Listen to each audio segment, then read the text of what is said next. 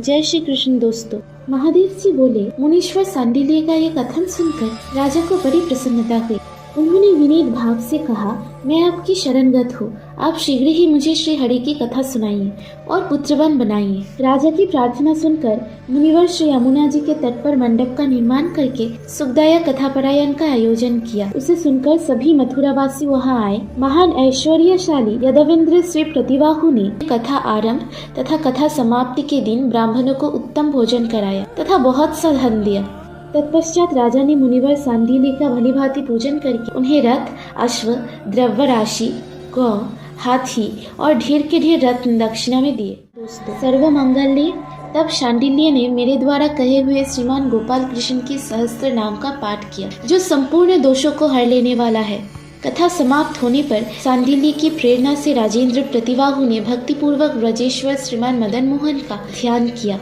तब श्री कृष्ण अपनी प्रियसी राधा के साथ वहाँ प्रकट हो गए। उन सावरे सलोने के हाथ में बंसी और बेत शोभा पा रहे थे। उनकी छटा करोड़ों कामदेवों को मुंह में डालने वाली थी। उन्हें सम्मुख उपस्थित देखकर महर्षि सांडिल्य, राजा तथा समस्त श्रोता एक साथ तुरंत ही उनके चरणों में लेट पड़े और पुनः विधि पूर्वक स्तुति करने लगे। सांडिल्य बोले, प्रभु, आप वैकुंठपुरी में सदा लीला में तत्पर रहने वाले हैं। आपका स्वरूप परम मनोहर है।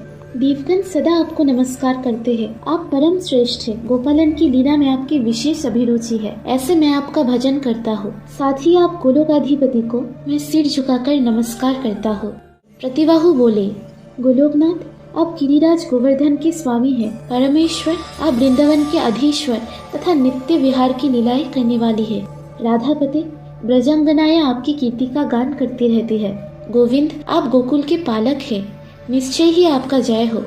रानी बोले, राधेश, आप वृंदावन के स्वामी तथा पुरुषोत्तम हैं। माधव, आप भक्तों को सुख देने वाले हैं। मैं आपकी शरण ग्रहण करती हूँ।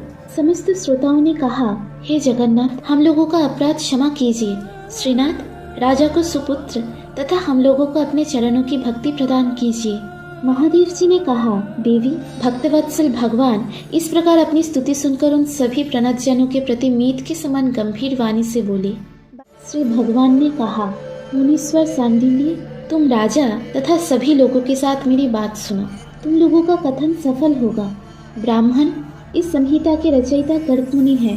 इसी कारण ये गर्ग संहिता नाम से प्रसिद्ध है।